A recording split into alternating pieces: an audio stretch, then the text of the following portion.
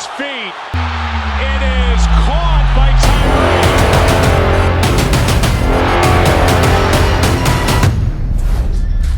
Tyree. Welcome to Catch the Moment. I'm your host, David Tyree.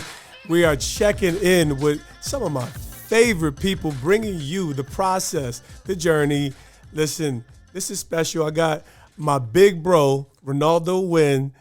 You know, we're here on your home turf in Vegas, hanging out with me, man. Thanks for coming through, family. Hey, man, easy money, man. I'm right here. You came to the desert.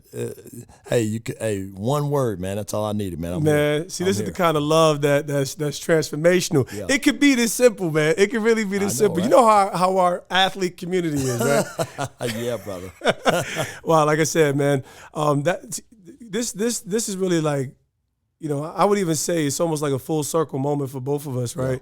Yeah. I think, and I know it was, you know, you got what, 11 seasons, 10 or 11 seasons 13, in there? 13. Bro, so I'm trying to figure out where do I want to start with your story, man. Like, the things that I do know are very intriguing. First round draft pick, Jacksonville Jaguars. We talking about old Tom Coughlin, man. Jacksonville Jaguars. Yeah, Duval. Yeah. So I'm gonna start it right here, man. Like, give us some of the background. You're living here in Vegas, but you just kind of put me on. You're actually not originally from here. Right. Give me some of the background, because what I really want to capture is your thought process. What allowed you to arrive, recognize what you were good at, what your passions were, right, and ultimately pave this way through athletics that's created your life today. Yeah, I mean, not too much different, I think, from a lot of kids in the inner city. Mm-hmm. You know, having that opportunity to play something that kind of gets you maybe focused, mm-hmm, and not being caught up in all the other, you know what I mean, crazy stuff, man. I grew up on the south side, right in the city, man. And that's the crazy stuff. Yeah, man. Yeah, for sure, man. And you know, good thing is I had two parents, you know, and they recognized the situation, you know, that was there before me. You know, a lot of my buddies falling susceptible to either vice lords or gangster disciples, you know. And, man, for me, man, sports was my way to be able to focus in on it. And my mom and dad, my mom worked at a public school already, worked in Inglewood, one of the toughest areas in Chicago, and didn't want me to go in that same situation. And so I was actually slated to go to Simeon, which is on the south side of Chicago, same school that Derrick Rose went to. Okay. Again, nothing wrong with that, but of course, a lot of kids fall susceptible. I mean, they did a documentary about Ben Wilson, who was a great basketball player, was going to be a top draft pick. He ended up getting shot just walking, you know, from the house. So my mom and dad made the sacrifice to put me and my sister in the private school just so we could, you know, have that opportunity and not get caught up. Not saying, you know, it's still your decision, but no, absolutely. You know, but for me, man, them making that sacrifice did all.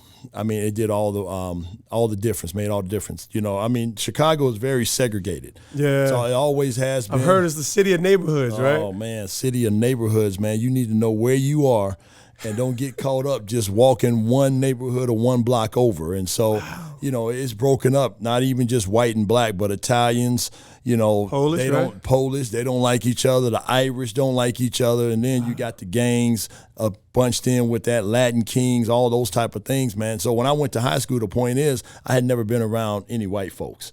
You know what I mean? Because the neighborhoods are so segregated, you know, you don't go in the white areas. You know what I mean? You go in the white area, you know, you got some issues.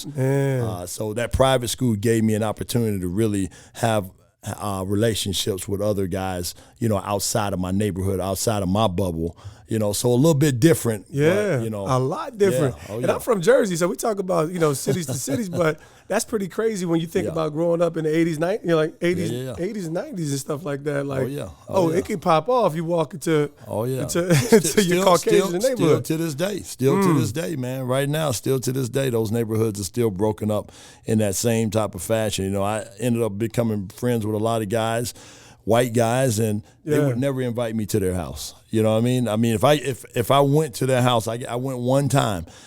I wasn't in the neighborhood, not even for 5 minutes. I got the N-word called, multiple times. Man. You know what I mean? Just going as a young high school kid. So how did that affect you?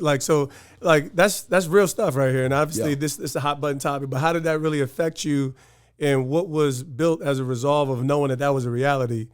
I knew there was some discomfort when I first, kind of talked about, but I was naive. Again, you grow up in a bubble, a different bubble. Not a bubble, that's privileged, but a bubble that's built from, old, racist roots. When Dr. Martin Luther King came to Chicago, he said that he felt more hate in Chicago when he marched and the Ku Klux Klan was coming through there than he had ever felt in any South.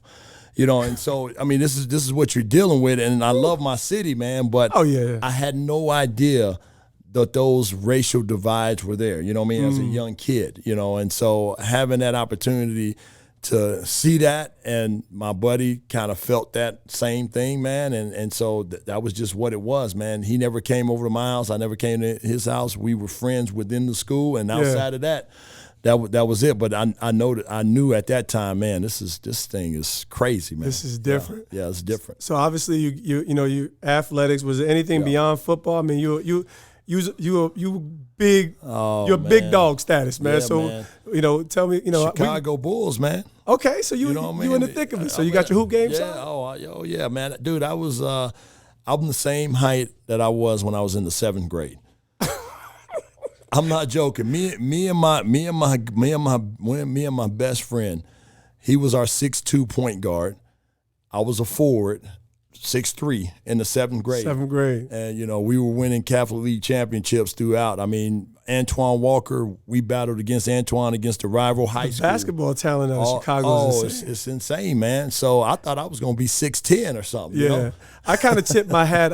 I didn't get into too many discussions from New York basketball to Chicago, but the more I hear it as years go by, I kind of tip my hat to Chicago. I'm from Jersey, so I don't really have that much invested. Right. Okay. But Chicago, just through the years as it progressed, I'm like, ooh, there's a lot going on there, man. It is, man. It is. So obviously, you arrive at the iconic Notre Dame.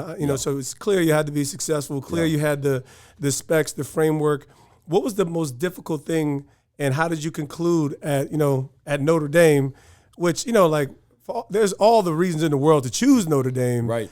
But like I said, coming out of Chicago, what was your goals and expectations as you made that decision? Yeah, so when I was at De La Salle, which is an all-boy Catholic school, if you know where White Sox Stadium is, we're right across from White Sox Stadium. Okay. So just having that idea of going to Notre Dame, it was like, man, everybody in my school was like, man, that's like going to heaven, man. When you grow up in a Catholic school and it's an all-boy Catholic school, I mean, for all those people, and you got to remember, man, I mean, Chicago is probably, man, over half Catholic, Wow. And so a lot of high schools in Chicago, man, you're talking about 30 to 40 Catholic schools, and over half of them are all boy, And so, I mean, it's a huge community of Catholicism, man. And so people would just say, if you ever had a chance to go to Notre Dame, you take it, and I had that opportunity. I wasn't the best guy. The difficult part about going was probably believing that at the end of the day, you go for the moon, man. Even if you shoot the stars,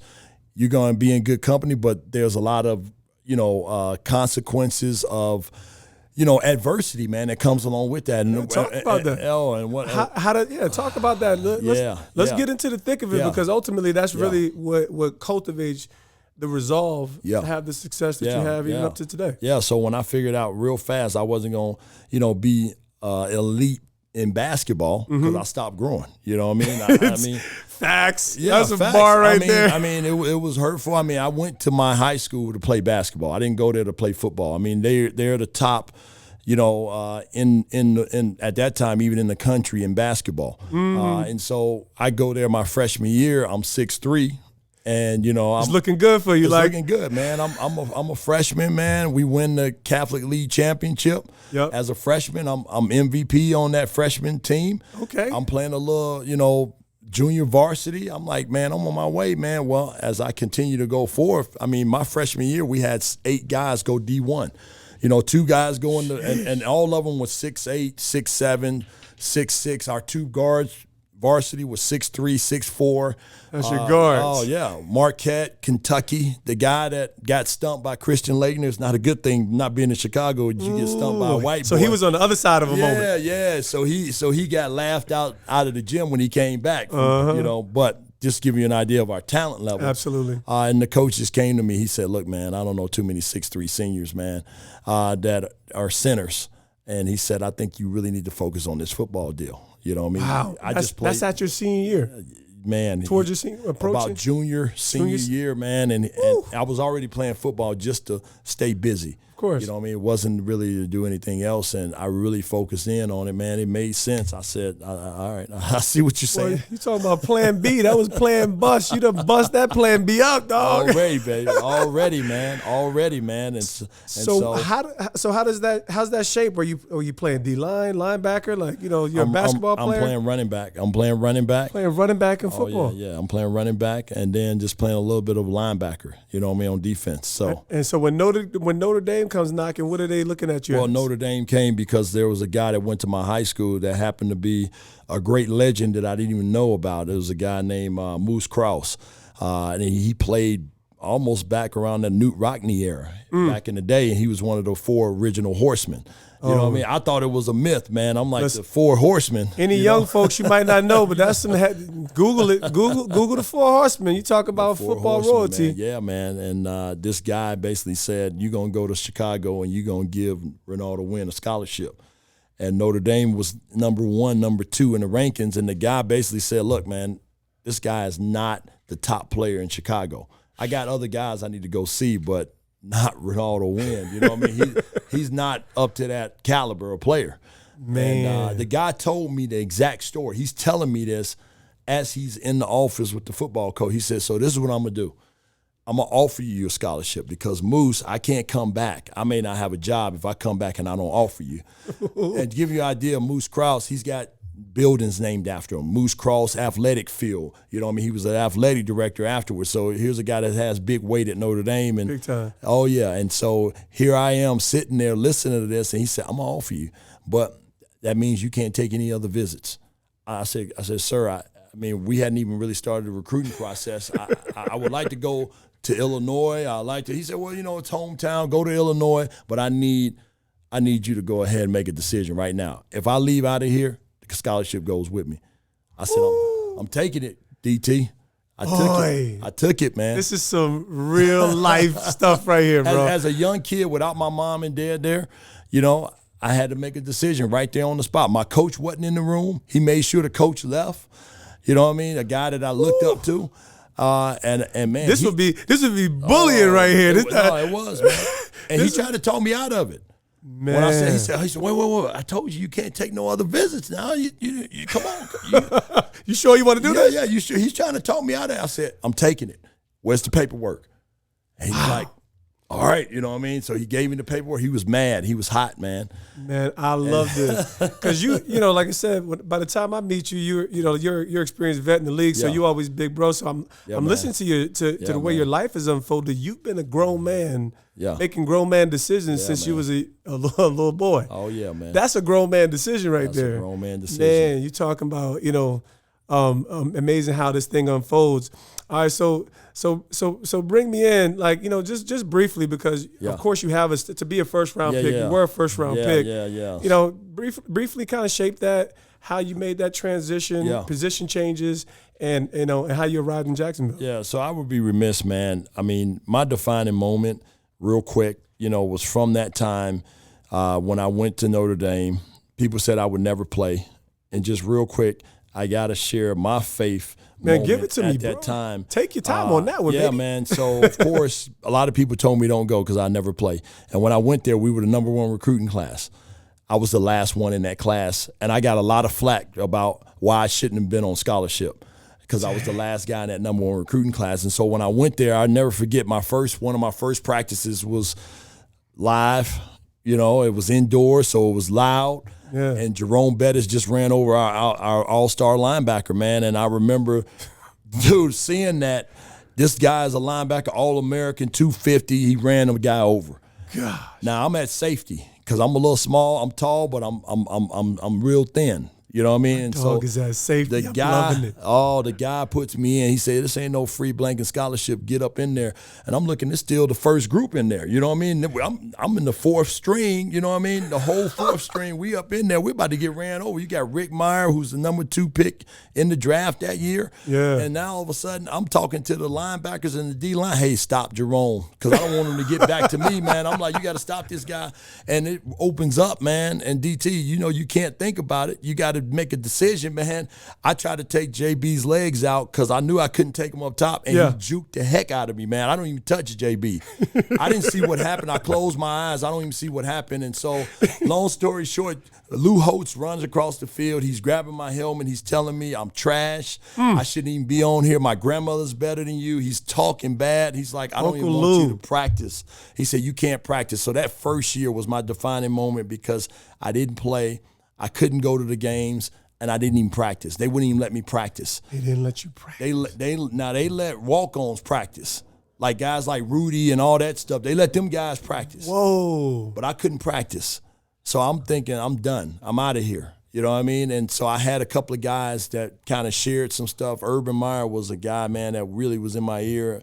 A few young coaches was at that time just saying, look, don't quit. Don't quit. Urban was there back then. He was a wide receiver coach, young wide receiver coach. He recruited me. That's crazy. Oh, man. He recruited me. He recruited me at Notre Dame. Okay, so we see that timeline. I'm rocking with you. We see that timeline Amazing. right there. And so, man, I stick around, man, some kind of way, man.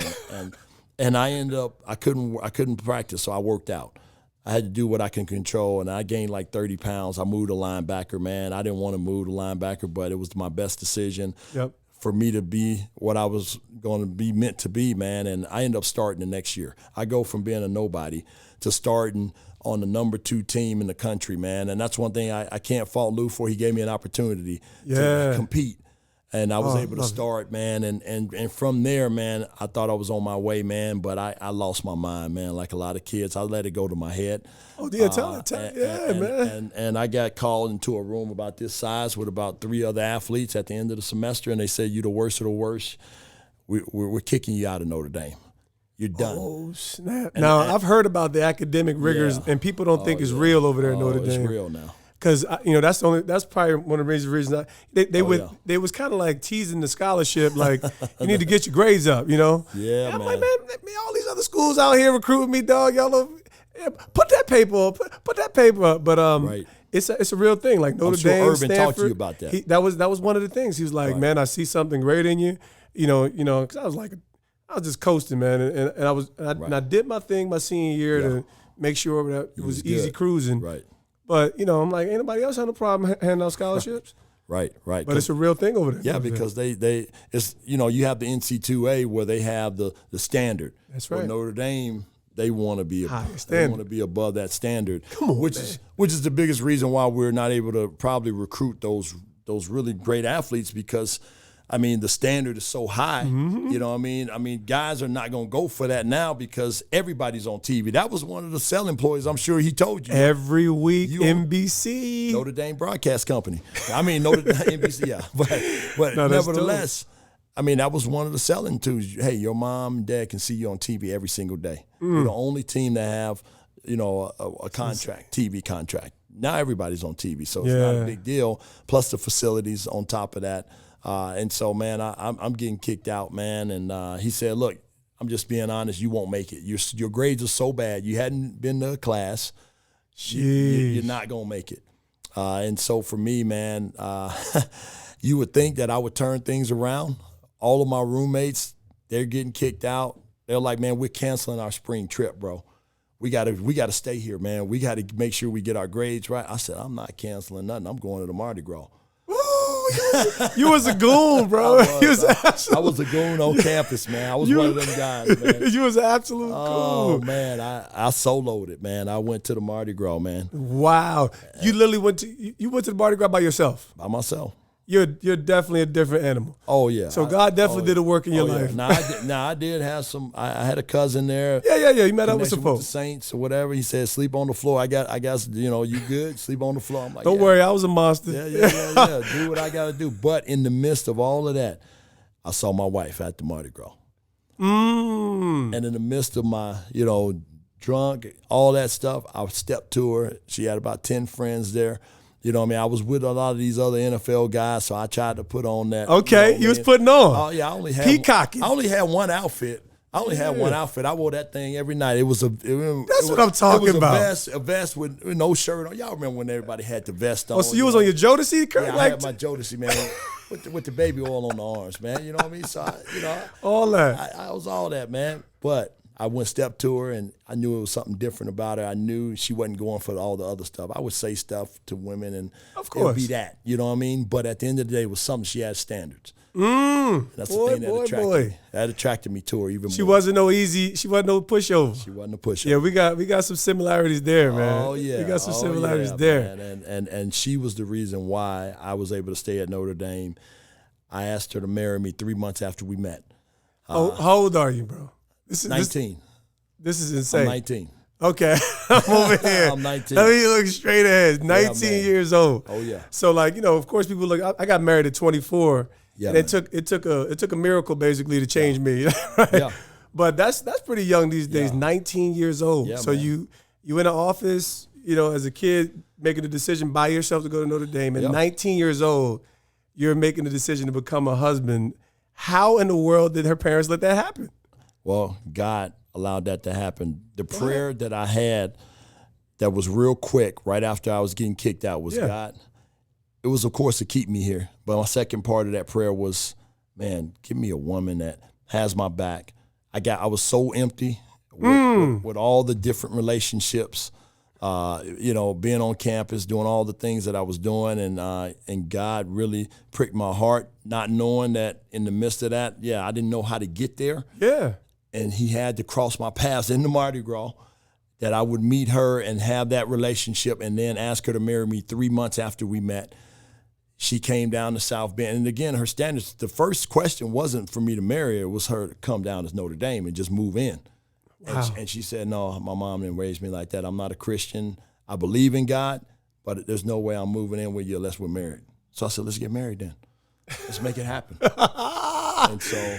Boy, you are on some boss level moves, bro. Oh, yeah. I absolutely love that, man. And so her mom, you asked me about how did that happen. Her mom, I had a chance to meet her mom and dad and, have that opportunity, that conversation. The people that didn't approve of were my parents. That makes sense. And that makes sense, understanding being in the position you are right now. You get kicked out of school. That doesn't sound too, my dad knows what he's seen the last couple of years. Yeah. It wasn't anything that would stand out in terms of being responsible. And so I'm about to get married now. My dad disowned me for about a year and a half. All right. So I gotta pause that real quick.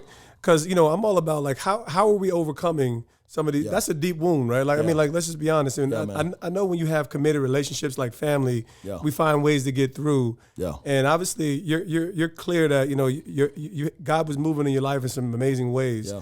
How do you navigate some of that pain? And was there any poor ways that you handled that, or what was the evolution of that? It was very hurtful, very hurtful. My wife was actually on the phone when I talked to my dad about it. Yeah. And he said some things that wasn't nice. Out of, again, what he saw from me wasn't anything that was responsible. But at that time, God was working on me. I didn't know he was working on me. And, to anybody that's listening out there, sometimes we, oversimplify things, right? Yeah. But I look back and my thought process was simple. It was, this is the woman that God gave me. At the end of the day, it's got to be me and her. Yeah. That commitment's got to be me and her. And so many times, outside sources, even though family, they love you, but they can be the biggest hurdle when you deal with relationships. Absolute when facts. You're dealing with marriage. And the couple allows that to be an issue for the relationship. Next thing you know, you two are getting at each other, and it's for somebody else that's kind of come in the middle of that. This is 100% bars right here. We have something that we do called the marriage circle. Yeah. And that's basically what we talk about. Who's inside your marriage circle? Man, it's you, your wife, and God. Exactly. And sounds simple, right? Yeah. And we talk about there's other people who are valuable Yeah. right? They're going to add to your experience. Correct. But those are the people that, that's that threefold cord that's not easily broken, man. And like you said, it was so simple for you there, but they couldn't catch the vision. And at the time, unfortunately, it wasn't as needed. So, you make this decision at 19. You're a married man. Making a lot of decisions, man, in a short amount of time. I'm amazed, bro. And for you to arrive, obviously that stabilized. I'm a big proponent of marriage. I'm like, it kind of just breaks my heart. I understand the human experience is different. People have failed relationships and for all kinds of different reasons. Yeah. But this thing is right. Like this marriage thing is right. It is, man. And it's not overrated. Yeah, it's the real deal. So, like, how was that a stabilizing force? And immediately stabilized me. And the thing of it is, we can fight against it because we know, man, that especially if God's called us to that person, the enemy is going to try to come in. Yeah. Because we are both carrying some baggage with us from our experiences or past relationships. And so immediately, man, she came right on the scene and changed my whole world. I didn't know how to get there. One of the things she told me was, "You're going to go to class or I'm going back to Las Vegas." And I'm like, I got people taking notes. Don't worry about it. I'm going to get it right, but I got people taking great notes for me. Don't worry about it. Yeah. She was like, "No, you're going to be in the class." See, I'm doing the same thing, but I want different results. And so I had to make that decision, and she was a part of that, man. And all those people that was in that room got kicked out. They got kicked out of Notre Dame. I was the only guy that didn't. Wow. And what that did, that shared with me my faith, defined it. And my wife, man, was my angel that helped me stay at Notre Dame. I owe her everything because without her, I'm not there. I'm not getting drafted. Lou Holtz brings me in his office. He said, "Son, you couldn't even be captain. You couldn't even be voted." I got voted as a captain. I couldn't be a captain. My grades were so bad. But here I am in one semester. It was a 180. He says, "I know it was your wife. I'm a hug your wife on graduation day." This is legendary. Because he knew all that time I couldn't do it on my own, but God sent me the perfect mate. And here I am tag teaming, me and my wife, man, at Notre Dame, and the rest is history. Man. The rest is history, man. Yeah, like, listen, bro, that's like that's a transformational, transaction. It's not even a transaction. It's just pure transformation. That's everything that I live and believe for is truth, transparency, and transformation. I appreciate you for sharing that. Yes, sir. So we're gonna pivot, man. Like not so much about the, tell me, I got some raw Tom Coughlin in the early years. So we're gonna share, we can share a couple war stories, but tell me the culture shock that was moving into to Jacksonville after overcoming what you needed to there, being a first round pick, heavy expectations. Absolutely. And like, how did that shape your experience as a professional? Yeah, and so when you don't know any different, Lou is already a little. He's tough anyway. You know what I mean? Lou's tough. He is. I had four different coaches my time at Notre Dame because the coaches said it was too rough. You know what I mean? That's why Urban is who he is, as tough as he is. That's all that is Lou. Wow. In Urban Meyer. You know what I mean? I mean, he would make coaches run laps if they were late.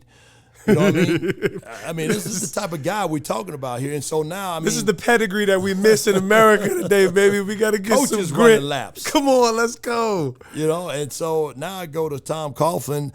I don't know any different. You know what I mean? So this is beautiful. It's more so the culture. I just thought this is what it was. No shock for you. No shock. The shock was how other guys were responding to it. Got it. Veteran guys who are already on the team or maybe coming on the team brand new and hearing the murmuring, the complaining, all the things that guys were doing. I mean, guys would just not come to practice and they'll do roll and the gopher would say, "He left overnight." I mean, that was a natural common thing. Players God. just out, go. Yeah. Agent, call his agent, get me up out of here, man. You know what I mean? It was rough, man. Tom Coughlin camps. I mean, you knew the beginning of Tom Coughlin. It takes years off your life, man. Camp Coughlin. Listen, y'all had a different situation going on, especially because y'all got the heat of Duval County. We got some tough summers up there, and obviously he had learned something from his experience. But you talking about immediate success though, like sometimes because of his personality and his approach, he gets butchered. But talk about like what y'all actually accomplished. Like, yeah, man. Like, tell me some of that part of it. Like, what were the beneficial aspects that you may have experienced? Yeah, I mean, I didn't know any different, T. You know what I mean? Yeah. Just from coming on the team, I went to the playoffs every year. So I just thought that was just a common thing. You just go to the playoffs. That's just expected. You know what I mean? You go, you win your division. We're in the same division at that time with the Bengals, the Pittsburgh Steelers before they made the divide. Correct. And we're winning the division every year. And so it was just expected that this is how you win. But what came along with that were things that actually became the downfall. That's right. The small things became the big things. Sometimes those small things you think is not a big deal, but it becomes a big deal because it's not sustainable. So when you're coming in the room and Tom Coughlin, as you know, has a notepad and he's looking at every single person in the room and he's writing down what you don't even know he's writing down. You checking yourself because I can't have no white socks on. I mean, we're talking about small stuff. I can't have hair that's over my collar, or I got to make sure my top button is on. I got to have issue gear. Meaning bananas. Issue gear, for those that may not know what issue gear is, that means the team gives you a certain amount of gear, and it's got to be labeled with the Giants or whatever team you play with. Correct. And if you have on just your regular, I don't know, at the time, FUBU shirt along with if you come in the organization, you getting fined a maximum fine. And so TC. Those things became a distraction, man. You got this guy that's, man, just so over the top strict. We're winning, but it feels like we're losing. You know what I mean? You can't bring your kids in the locker room. I remember the beginning of the downfall is when he said, "Keep your gods at home." Now this is not now TC will probably tell you. Oh yeah.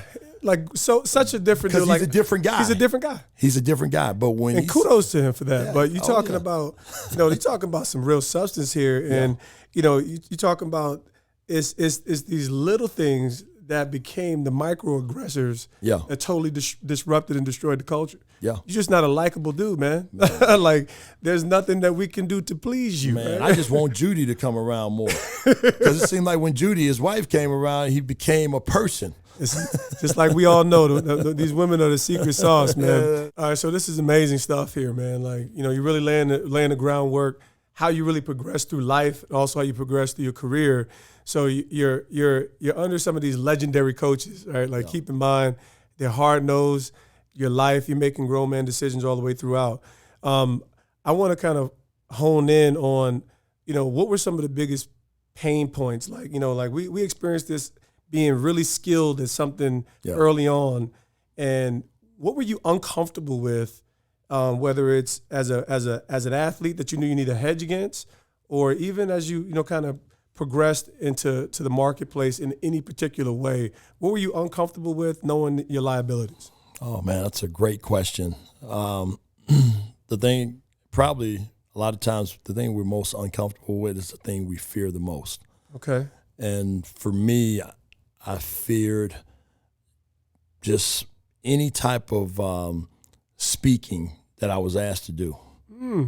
That was a anxiety to the utmost. Just for me, just didn't like speaking. Whether it was in public, even if it was doing a paper or some type of book report. Amongst friends, man, I'm great, But if you ask to, hey, we'd love for you to, I don't know, share your story or talk a little bit. And it was scars that came from really when I was a young kid. Okay. I had a bad speech impediment issue. I slurred a lot. They called it a lazy tongue. And I didn't, go to a speech pathologist. That wasn't even offered, but I didn't talk as a kid. I would, in elementary school, just would not talk, because of the embarrassment of how I sounded. Teachers wanted to hold me back. Thank God my mom being a teacher, she had to come on over from that public school and kind of lay down the law in the Catholic elementary school. But, she always fought for me. And, I just continued to just, make it through. Of course, I tried to take speaking classes in high school, all types of stuff in college. So I knew it was going sooner or later. Of course, when you get drafted as a first-round pick, I was about to get to it. They put the microphone in front of your face. They put the microphone in front of you. So what was the point of impact where you knew you needed to really collide this and confront the fear? Yeah, I had gotten when I got saved, my wife and I, when we first got to Jacksonville, it was such a surreal moment, and the chaplain at the time on the team wanted me to share my story. Yeah. And he wasn't just saying share it in front of, a Bible study. It kind of break me in a little bit, Yeah. Of course, he didn't know that I had a fear of speaking. He talking about, hey, we got the Jacksonville AAA baseball park, and we're going to do an outreach. Wow. FCA is going to do, and we're going to pack it out, and I want you to share your story. He like, you going to be the linchpin. You going to break this thing open, man. Man, I lied, man. I said, oh, man, I got something planned, man. And he looked at me. He knew I was lying too, man. I love it. I'm not. I just got saved. Nah, man. Listen, man. I ain't messing with you. I said, man, I got. God forgive me on this. Yeah, you got to, man. You know what I mean? And so, man, I was just like, man, there's no way. And then second time, he came back around again. I'm thinking like, dude, he know I ain't about to do it. And so, but he ain't trying to break me in again, a small group or something, or a little Bible study at the stadium. Yep. He talking about big stuff, you know what I mean? So the next time, Billy Graham Crusade is coming in town. Chill out, bro. Man, I'm like, dude, I mean, and so this was one of his last crusades. So this thing is building up, man. Every city he's going to, it's just like, we don't know when this may be Billy's last time. I mean, you know what I mean? He's barely walking on stage, and so here's the build-up. And so they asked our chaplain, because it was at our stadium where they were going to do the crusade, pick 2 guys to give it to. And mind you, we got strong believers on our team. You talking about Tony Baselli, Mark Brunell. Awesome. I mean, some strong guys. About 15 guys deep on our team, strong believers. I love it. And so I'm like, oh, man, they're going to ask Mark Brunell or Tony Baselli, one of the star guys, Brian Swartz, somebody. Yeah. So he's up in the front. Tom Coughlin gave him after the meeting, gave him the floor and said, because what Tom going to say, Billy Graham Crusade. What you going to say? He ain't going to stand in the middle of that. So he says, hey, our chaplain, he's got some things he needs to say. He said, hey, guys, I need to pick 2 guys for this Billy Graham Crusade to give their testimony. Yeah. He said, I got my 2 guys, already, and everybody's looking, I'm like, I'm in the back. I'm a rookie, man. You know what I mean? So insane. He says, Mark Brunell. I'm like, man, heck yeah, Pro Bowler, man, strong believer, man, the leader on the team. And then he says, Renaldo Wynn, dude. I was looking around like, what are you doing? I waited till everybody left, man. I'm like, hey, man, seriously, is this, he said, yeah, man, I prayed about it, man. I said, well, God didn't tell me this, man. I'm telling you. And I was about to lie again. I was about to come up with a lie. Boy, get out your comfort zone, boy. Man, you talking about, and he stopped me before he said, look, you gifted to play in front of all these. Don he don't care. He gonna call you out. He said, you gifted to play in front of all these people and you can't go up there and share your testimony about what God did. He said, I was going to get you the first time. I knew you was lying. Mm-hmm. But he said, you want to go ahead and tell me that? Sorry, excuse. Well, he jerked all the slack out that man, out that fearful heart, huh? Man, I was so nervous, man. I'm telling you, man. And mind you, this Billy Graham wasn't even going to come until a month later. So this was like preparation to get there, man. Yeah. I had so many sleepless nights, man. I couldn't sleep. I'm telling you, man, up until the night before the Billy Graham Crusade, man, I remember being backstage and, man, I'm sweating. Of course, Mark Brunell. Yeah. This is nothing for him. He's looking forward to it. Like, he was like, no, you ready? I'm looking like, man, I'm about to piss on myself back here, man. I got so many gifts running through my head right now. Oh, man, dude. And so they tell me, they say, hey, gentlemen, you guys are up. And I look. It was like a movie, man. I looked out behind the curtain, man, and the whole stadium was packed. God. All the way up to the upper tier, not a seat left, plus seats all on the field up to the stadium, to the stage. Man. And they say, hey, Billy Graham's going to come back and share a few words of encouragement, which you meant. I'm like, man, I need something. I've tried everything. I don't know what I'm going to say. And Billy Graham, he says these words. I'll never forget it because it was so simple. It almost got me. I'm talking about, he says, hey, gentlemen, let the Lord lead you. And walked. I said, is that all? I mean, I'm thinking.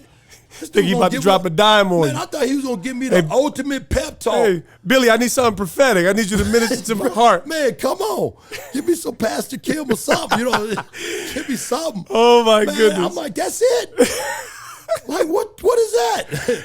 But how profound is that? Sometimes the most simplest things, are the most powerful. It wasn't anything else but let the Lord lead you. That's it.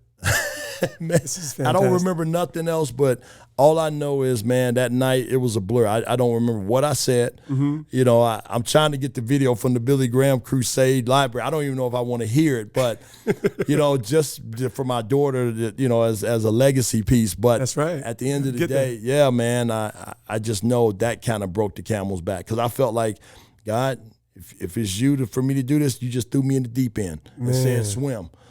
I'm a sink or swim, man. And thank God for that. That started on my way in terms of speaking. Of course, I still kind of work on those things, enunciations and all those things. Yeah. But that's what broke my fear, man. It's just he didn't break me in small. Just threw me right in straight there. Out into the ocean, man. I'm enamored with your process because it's this amazing reoccurring theme of, and of course, no one knows it in the moment, but. Yeah. You had you've had so much interaction with dynamic leaders. Like how many people can say that Billy Graham said something to him at all? Right. Directly, I mean, right. He's impacted so many. Yeah. But when I think about Lou Holtz and obviously Urban Meyer paved his own legacy. Yeah. Didn't end well over there in Jacksonville, but I know he'll be back. Right. Right. Urban got to realize that at the end of the day, and I think he may realize that if he ever get another opportunity, that college players are different from pro players. Totally. A lot of college coaches don't realize. I know Steve Spurrier, he had to realize that when he coaches at the Redskins. It's a different world. It's not the same. You got to coach. You coaching grown men. There you go. You coaching grown men. Grown men. Yeah. I'll never forget this fantastic bar from Ricky Williams. When he came into the to the league, he was obviously dominant in Texas, and he says, "Well, they asked him what the difference is. Like, well, you're playing against grown men with mortgages." Like that puts it in perspective. You know what I'm saying? Like you're right. dealing with men that are taking care of their families. Yeah. And in a certain respect level is going to be commanded, warranted, or expected as much as you can establish authority. Absolutely. But I'm gonna spin it back because you're feeding me so much, and I think your evolution into being a man of substantial impact, whether you wanted it or not, is so intriguing to me. I'm gonna flip gears. I know you had an amazing career with the Redskins. That's where we connected. Yeah. You actually single-handedly put together a chapter in my book, The Hall of Faith. We have a mutual connection with Kimberly Daniels, and we wanted to highlight people who were really, in the NFL who were like, hey man, like I'm not ashamed.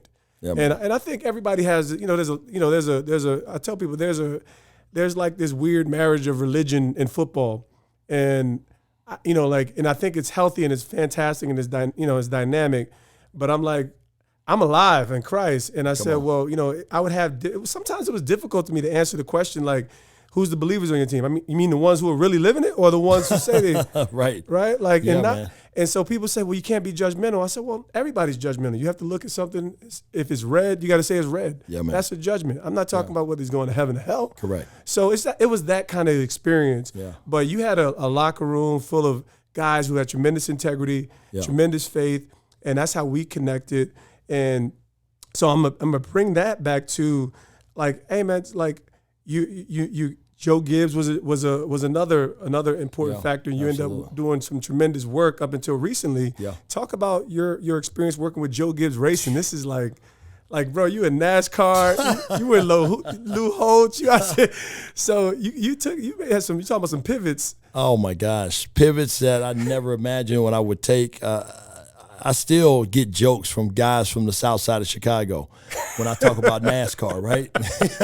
Amazing. It is amazing, and I never watched NASCAR. I never was a fan of NASCAR. I thought it was all, left-hand turns, guys going in circles. I mean, guys are not athletes, all these other things that a lot of us athletes talk about when we look at, motorsports. We in the same page. Yeah. I have not a clue. I'm like, dummy me, only person, Brad Daugherty's like the only genius in the African-American community. Genius, man. I'm telling you. And it was unexpected. It was a situation where Coach had a race here in town in Vegas, and I had some family members that were here and wanted to go to a race and say, look, you play for the guy that owns 3 teams, 3 winning teams. The least you can do is call them and take us to a NASCAR race. And sure enough, I ended up calling. They got us passes, and unassumingly, I ended up falling in love with the sport, man. I never watched it. I had a chance to now go and experience it. I love cars anyway, so now I get to feel the motors riveting through your chest. It's, what I mean? You see the strategy of how guys are going to win a race, a tenth of a second from pit crew guys that are athletes can change the whole trajectory of an entire race. And so all of this put together, I get hooked, and I start going to these races, DT. I'm going all over the country. I'm going to Dover, to Monster Mount. I know, I'm going to the Bristol, they call it the Great Coliseum. I'm going to all these races, Martinville, the Black Widow, all these iconic races I'm going to on my own. Yeah. And Coach comes to me about 2 years into it and says, you like this racing stuff here. He said, I coached thousands of players. He said, and you hadn't asked me for nothing. You just come as a fan. I said, Coach, I love it, man. I just want to come and just off season. Amazing. I want to come to a few races, just check them out, be a part of the whole environment. He said, I was hoping you would say that. I want you to think about maybe being a part of this team when you finish playing football. It's so legendary, bro. This is so. Not only do I want to do that, but I'm going to bring you in next off season. I want you to shadow for 2 weeks up in Charlotte. And come down. I want you to learn everything. We got 2 back-to-back races, the Charlotte 600, the Coca-Cola 600. We got the All-Star race. He said, I want you to come up and experience it all. I did that. I got hooked even more, man. I got hooked even more. Little did I know I would get fired into that position. A lot of people don't know that Coach Gibbs actually cut me from the Redskins. I got cut by Coach Gibbs on my birthday. Okay. By the Washington Redskins, and it was a day that was a lot of emotions. I'm about to say, talk about that, because I'm sure you have a great amount of respect for him. Yeah, I do. And then you're talking about that pain, the pain of that rejection. Yeah. Oh yeah, man. How how'd you weather that, and what was your process? Like most of us, we go through some real traumatic mourning at different levels, depending on where we are in life. Yeah, for sure, man. So how'd that work for you? I didn't see it coming. I had just got nominated kind of as a captain on the team. I was in the mall in Tyson's. My wife actually had planned an entire birthday party for me. And I had never celebrated a birthday on September 3rd. It always falls Labor Day, somewhere around the start of a year of the football season. So she talked me into doing it. You got to listen to mama. So, she's inviting all these people. And I remember the 12 o'clock. Now, DT, the part of it is, man, we've seen guys get released. Yeah. It's a horrible thing, man. It's horrible. At every level. At every level, man. It's just not, there's no other way around it. Nope. And so we feel sorry for a lot of guys, but I could never really understand what they went through until I went through it myself. That's so real. You know what I mean? I didn't want that now. I didn't want to experience that. Yep. But I have the empathy now, that gift to really know what that is all about. And I went through all those emotions of all those years prior of seeing guys get cut. Here I am now. And I remember looking at my watch. My wife was in the mall. We're getting ready for this big birthday party that night. And I'm in the mall. She's getting me a gift. I'm people watching while she goes in to get me a little quick surprise gift. And I look at my clock, DT, and it says 12:05. Now, why of all these times, now all of a sudden I look at my clock and I celebrated. I was like, thank you, Lord. Wow. And my phone rings. Soon as I said, thank you, Lord, my phone rings in my pocket. I don't even answer it. I let it go to voicemail. I pick up the phone. It's Redskin Park. Bring your playbook. Coach wants to see you. Those those horrible words that every player, does not want to hear. On your birthday.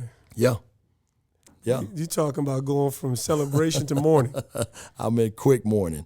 My wife comes out of the store. She's ready to go. I'm like, look, there's not going to be a party tonight. Mm-hmm. Go ahead and cancel. Tell my grandmother, tell everybody we're canceling. Okay. Don't come. She was like, what? I'm like, I just got cut.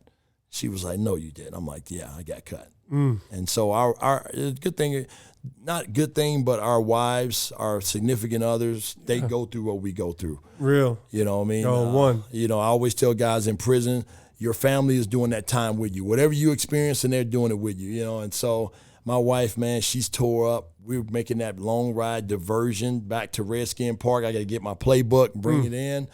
And emotionally, I'm about to go in, and I'm about to cuss Coach Gibbs out. Mm-hmm.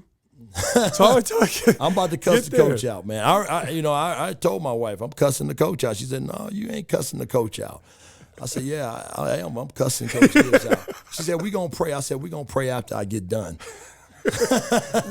We go pray after. Bro, thank God for our wives. They be out here trying to keep our testimony right. I don't want to hear what she had to say, but she wasn't going to let up. She said, no, we going to pray right now. This is fantastic. And so I said, okay, all right. I say a quick prayer, man. Thank God. I'm mad, but I don't go in and I don't cuss Coach Gibbs out. I'm trying to be as humble as possible.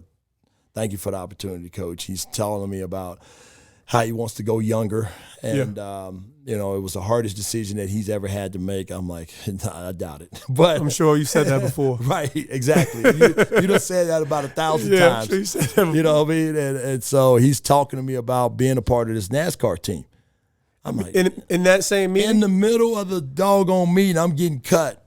I got cameras waiting for me, man. I got to talk to. I'm like, I got my bag, mind you. I got my trash bag already, my locker cleaned out with my trash bag, bringing it up crazy. To Coach. This is so wild right here. So you're getting fired. He's stripping you of a piece of your identity, whether he knows it or not. Right. I'm amazed at some of the observation that he's had and interest in seeing your interest. Yeah. But then the experience of it. So, now you get into this, he's firing and hiring at the same time. But not knowing that, because I still want to play, DT. Of course. So I'm not done. What year is this for you? And then how'd you spin out of that? Yeah, so it's 2008. Mm-hmm. And so here I am, fired, but I still want to play. So I'm not really hearing the other side of it. Yep. But you just said something profound. You talked about identity. Coach is looking at me as a man, not as a football player, right? So he's speaking to the man. But from my perspective, you're speaking to a football player. That's right. Because still, I'm a football player that happens to be a Christian and not a Christian that's playing football. Man, turn the tables, bro. Turn the tables. Turn the tables. And he told me, you're more than a football player, son. Boy, he was out here fathering. He was out here fathering, shaping. I couldn't hear it though, DT, because I knew I still had years left, and I'm hurt. I'm feeling that pain. Right now. This is what it really looks like. Yeah. For the majority of us, as we're kind of making our exit, and trying to determine, right. We find so much worth and value in being not just a football player, but I'm the best at what I do. Right. I've been the best at what I do. Correct. And so, like I said, as you understand this now, what was that transition like? Obviously, before you actually came to terms with walking away from the NFL, 2008, cut from the Redskins. What's the next? What's the next few? Yeah, 2007, 2008. That off season, I ended up going. Well, actually, it's before the season started. So I actually go to the Saints with Coach Payton. And I had a prayer after that. After I kind of picked myself, woe is me, feeling sorry for myself. I just asked God, I said, look, God, just give me an opportunity. I didn't even ask to even start again. I just said, look, if you want me in the locker room to be able to just pray and just be a part of something, I just didn't want it to end that way. Mm-hmm. And then just realizing that I wasn't just a football player, that I was so much more, and I wanted to have that opportunity to share that with guys in some type of way, to make that impact. And he did honor my prayer. I didn't start another game, but I was a guy that was behind the scenes, in the locker room. And then the same thing happened when I came to the Giants. That's man.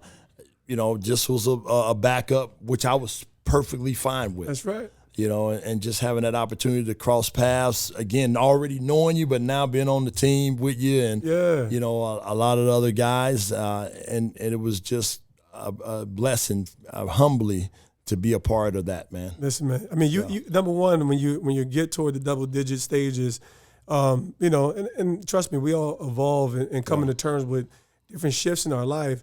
But, man, like, you have to have had such an enormous impact through your career to be in position for these teams to value not just your skill set, but your leadership acumen. And that was definitely where our paths crossed. Yeah. And I'm going to flip it, man, because like I said, this is all about the process and the journey. Yeah. And obviously your faith has cemented so much of your understanding, which is we're very similar in that.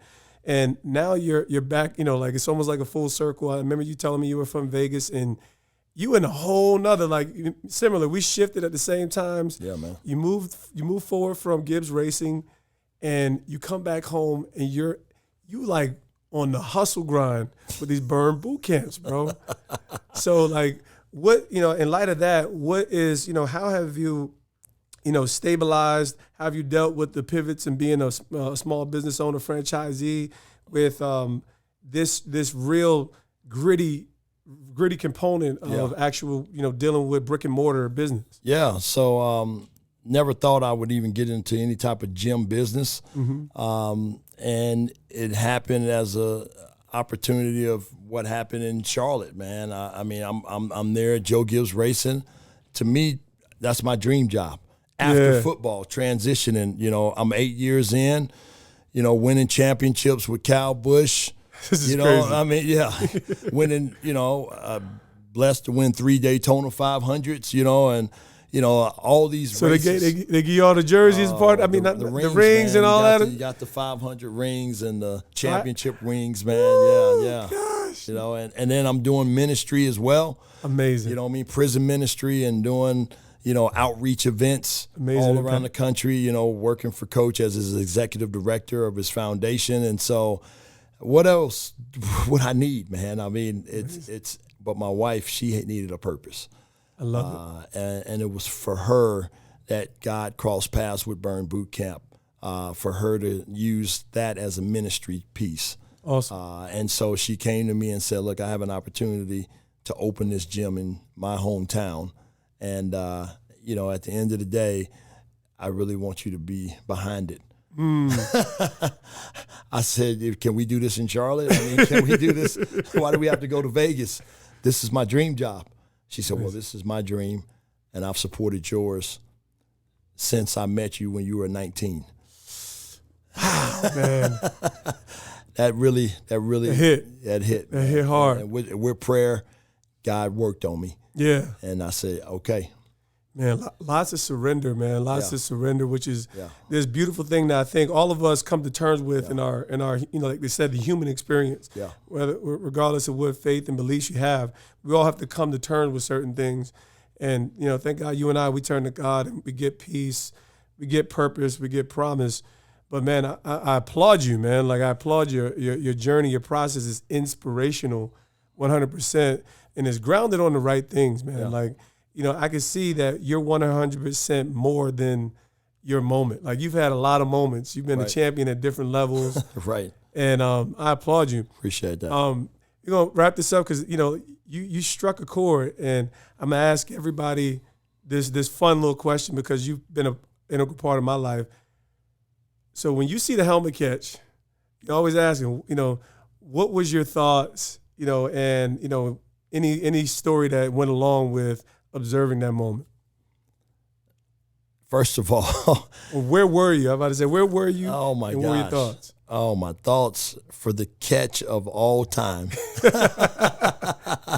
I'm watching the game. I'm a fan of the game. I grew up being a fan of the game. So that's never changed. And watching that game, of course, you guys going up against a team that everybody's saying you guys shouldn't beat. Yep. I mean, the entire game was a surreal moment.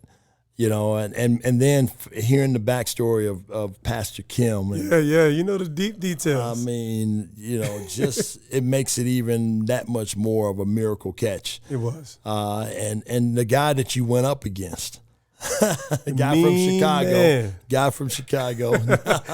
It took him a long time to get over that, which I understand. Rodney Harrison is an elite performer, one of the best to ever put on a pair of cleats. Kudos to him. Oh yeah, and so it had to be Rodney Harris. It couldn't be anybody else. Yeah, because anybody else, they would have said, "Oh well, he made that catch against that guy or that backup or whoever it was." But it had to be against him. One of the meanest guys, competitive, a guy probably, you know, who knows, maybe 9 other times he gets the ball out, but he did. But that was the one moment. That definitely, for me, changed the perspective of how God can move in the game. Man, you know, I appreciate you for sharing that, man. That means everything to me, because when people ask me about it, I'm like, it's not about wins and losses when it comes to God. It's about the fact that He cares about people. He cares, and He about finds people. Whatever platform, whatever avenue, whatever venue to show that this is my people and I'm going to do something in their life. And that's kind of what it symbolizes, man. Thanks so much for sharing that. Yeah, brother. Bro, we could be going all day and all night. So we gotta, you know. It's getting dark out there. Listen, man, it's all good. Vegas too. I'm going to return you to your family. I'm going to return you to your grind.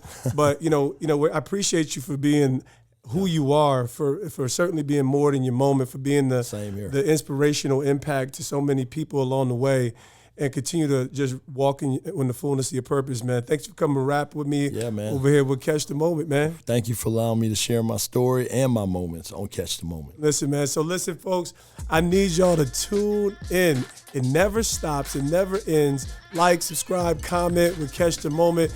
Appreciate Renaldo Wynn for bringing the heat. Life-changing. 100%. Y'all stay tuned. Catch the Moment.